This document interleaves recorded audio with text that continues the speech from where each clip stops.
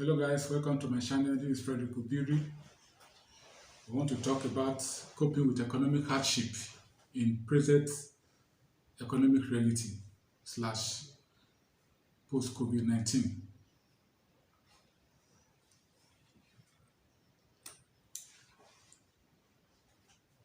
The introduction. Hardship is a general situation whereby an individual is unable to attend to his financial need as they arise. In the general terms, this situation has always been with us from the above definition. Anybody can pass through financial or economic hardship at any given point. This largely depends on the taste of the individual as well. In view of this, both the rich and the poor can pass through economic hardship. Economic hardship became worse in 2020 due to the COVID-19 pandemic that ravaged the whole world. Nigeria and Delta have not been left out. Delta state have not been left out. The major problem, which is the solution to a pandemic, is lockdown. Movement is curtailed, business are closed, and our normal routine erupted. Hello YouTube, we are talking about coping with economic hardship in the present economic reality and post-COVID-19.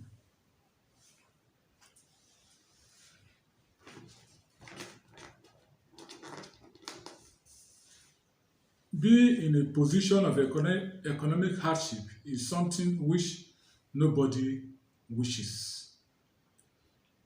The COVID-19 pandemic led to contraction of a global economy. Nigeria could not find buyers for its crude oil, its main source of foreign exchange. This development brought untold hardship to the majority of Nigerians. This pandemic has brought to the fore widespread concern for food security and massive job loss opportunity in the private sector of the economy, to which most of us belong. Majority of Nigerians are presently grooming under severe economic hardship, and these are some of the indicators. Massive retrenchment and job loss in both small, medium, and large business organizations. Inability of government and private sector to pay regular salary.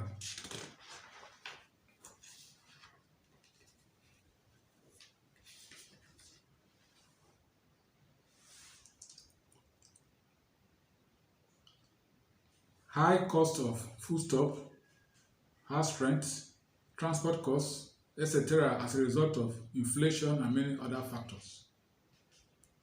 Inability of government at all levels to meet pension obligation to retired officers. So these are some of the indicators that we experienced during the COVID-19 period that have to do with the economic hardship in the country.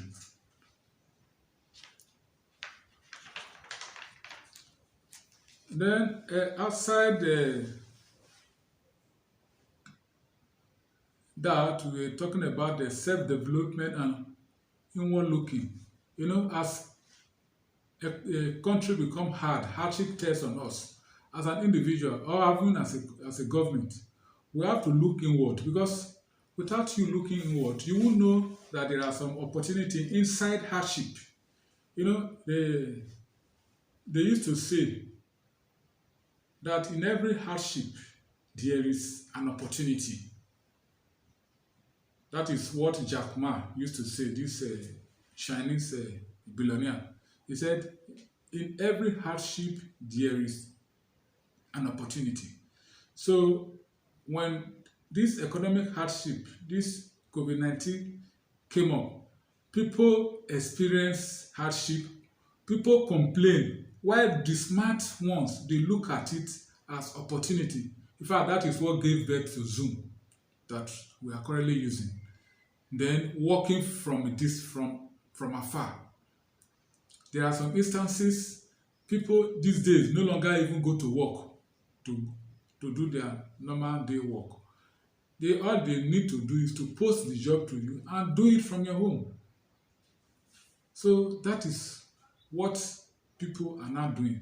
So for us to look inward, these are some of the things these are some of the things that is expected of the unemployed youth or graduates, the employed both in government and private sector. You know, there are some people who are already employed, but what they are earning is not enough. So they are more or less like unemployed because it's like you paying transport to the place just to mark present. But what is coming out of this place is not enough to meet up with your present day reality. So then the retirees who are strong are not tired. These people we have to look inward so that you can be able to do something meaningful to your life and your family. In this consideration, the following general and skeptic consideration are highlighted. One, we talk about general. There are about 11 steps to solve your financial problem when it comes to general. 11 steps. Number one, overcome if only I have more money attitude. It is a natural phenomenon to anyone to need more money when you are experiencing financial problem. It is important to keep it in mind that simply getting more would solve the problem. One is to look for more. Then the other one is without more, you're able to solve the problem because as a human being, the more money you get, the more problem you have. So your ability to manage it is what matters a lot. Then we'll talk of overcome the desire. Overcome the I deserve a treat attitude. This attitude drives you to make impulsive purchases to reward yourself for hard work or give yourself some emotional gratification such as comfort or stress relief. Realize that habitual buying things on impulse waste a lot of money as small expenses add up to large amounts. What this place is talking about is very simple. After your normal day work, say abeg body no be firewood, make I go find something chop. Maybe you just walk into a restaurant or a bar, you take bottle, one beer, anything, go beer or spirits as the case may be for some people. All these ones, you are wasting money if you don't know. So you have to be careful. Then overcome the it won't happen to me attitude. It is attempting not to think about emergency expenses until you must deal with them. So that is that. But since it is unpredictable, you will invariably have to deal with expenses you don't expect. So that is this. They used to say in the economics that our desire or want are insatiable. You cannot predict when want can come. It can come at any point in time. So when it comes, you take it the way you see it, but be careful. Then overcome the I will take it till I make it attitude. These attitudes lead you to buy things simply because they will make you appear worthy rather than for their intrinsic value. Pray for the ability to overcome this psychological problem. You understand what this place is talking about? This place is telling us vividly that we should be mindful of what we buy. That is what this place is talking about. Then, change the tasks self-talk in your mind.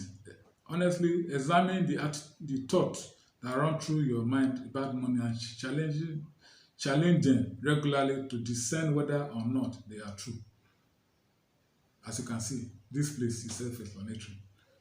We are human beings, and every human being has thought that runs through their mind every minute, every second. So as a human being, try to look at the thoughts, examine them, classify them into the bad and the good. Then do your selection so that you will not run into problem. Then stand up to pressure to make unhealthy financial choices. Pray for the willpower you need to resist spending money irresponsibly again and again. You have to be careful. In fact, this one is similar to what I've earlier explained. Make sure that you don't spend money unnecessarily. Then create a spending plan. Plan how you intend to invest your money so that the seeds from your investment should be what you'll be eating, not your capital. Then pay off debt. Work diligently to pay off all your debt. In this case, you should pay off your debt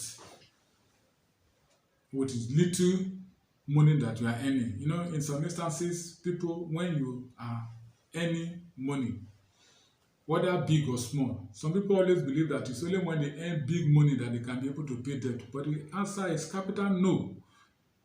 With the little you are earning, even though you are even earning, let me say, 500 naira, and you are owing somebody 10,000, do you know that you can still pay part of the debt? You can choose that, okay, out of this 10,000 I'm owing, I want to pay 100 naira every month. As the person is seeing the money regularly, you will know that this person is paying, just that things are difficult for this person at the moment. And all you just need to do is to always apologize to the person and meet the person from time to time, telling the person that please, oh, things are difficult, but please bear with me. As things improve, I will increase what I'm bringing to your account. So that is how you manage your debt. You pay off your debt. Then reduce your expenses going forward. Be careful about reducing your expenses. You have to reduce your expenses so that you can be able to meet up with one or two needs that comes your way, so that you can encourage savings. You know, they used to say that when you are not having savings, it's like you are nothing. Because with the little savings that you have, you can be able to do one or two things. The wealthy people that you see today is because they have capital. That is what makes them to be wealthy people. The other day, Elon Musk was talking about how he want to buy Twitter for how many $1 billion. And the whole world was shaking because the man has the capital. So what are we saying? Save, reduce your expenses so that you can go for your desire. Then hold yourself accountable. Track your expenses regularly and study where your money is going so you can keep adjusting your spending to reflect your value. You know, like we who are account people, they will say, count out, where they use a tape, they measure money. But because we are used to figures, we always track our spending habit. So that is what this place is telling you. Say you should try to measure your spending habit. There are some instances where they used to say, in life, if you don't take note of the cobbles, take note. If you did not take note of the cobbles, you will not be able to take care of the nairas. So, in other words, learn how to manage the cobbles so that when the naira comes, you can be able to manage the naira. Or else, the same story you will hear. Then, the second one has to do with specific. We're talking about self-development and looking forward. I will say the youths and the graduates, the employed both in government and non-government, and the retirees who are strong and not tired to look forward to see the opportunity that is ahead of them, despite the fact that they are facing hardship. So we have been talking about general, which is one of the factors that we highlighted. Now we want to talk about specific. So in terms of specific, we talk about agriculture as a main occupation or a sideline practice. In order to ensure food security and reduce the cost of food in present-day Nigeria, agriculture is an occupation on or side occupation is recommended. Always learn how to plant something, whether small, within your environment. Plant something. Like where I'm living, we have this ugu by the side. We have scent leaves. We have other leaves that are there that maybe you may not know the value of all those things until when maybe you go to the market, say, please, I want to buy ugu. By the time they cut ugu of 100 naira to it for you, or the one of 200 to you, then you know the value of what you have by the side. Then you can do it as a business. Maybe 100 by 50 plot of land can give you a reasonable ugu, which you can be getting something like 20 to 30,000 a month. So that is that. Then in the area of maybe gari, cassava, or plantain, all these are things that you can do that can make you to have some money outside your regular pay job. The do-it-yourself attitude. This one is, there are some instances instead of we to do out some things, we just I beg you go down. You spend money. That is why I talk about how I was able to repair my generator this morning. For the past 1 week, I was having this issue of generator not working. But because I have some tools in my house, I have the spiners, I have the screwdrivers, I have the plug and all those things, I was able to put my generator in order this morning. I bought the oil, serviced the generator. Before you know, the generator came up. So that is what we're talking about. That one has saved me some money. If it maybe like 1,000 or 2,000, in case may be. Then laundry or dry cleaning services. You wash your clothes yourself, save some money. Then gardening or housekeeping. Take up the house, wash it clean. Some people employ the services of housekeepers who come and clean their home because of maybe they are too busy. But at the end of the day, they end up spending more money. Then we talk about hair barbing, hair dressing. Like myself, for instance, I do barb my hair myself. That give me, it's not as if I'm being stingy here, but it make me to save some money that would have gone outside. Then car washing. I wash my car myself. That one, within 30 minutes or thereabout, I'm done. It doesn't take anything from me. Then we talk of cost reduction through house maintenance. You do some certain chores in the house and before you know it, reduce your cost. Then house decoration through aspecting. You can do painting yourself. Before you know it, your house is okay. Then food.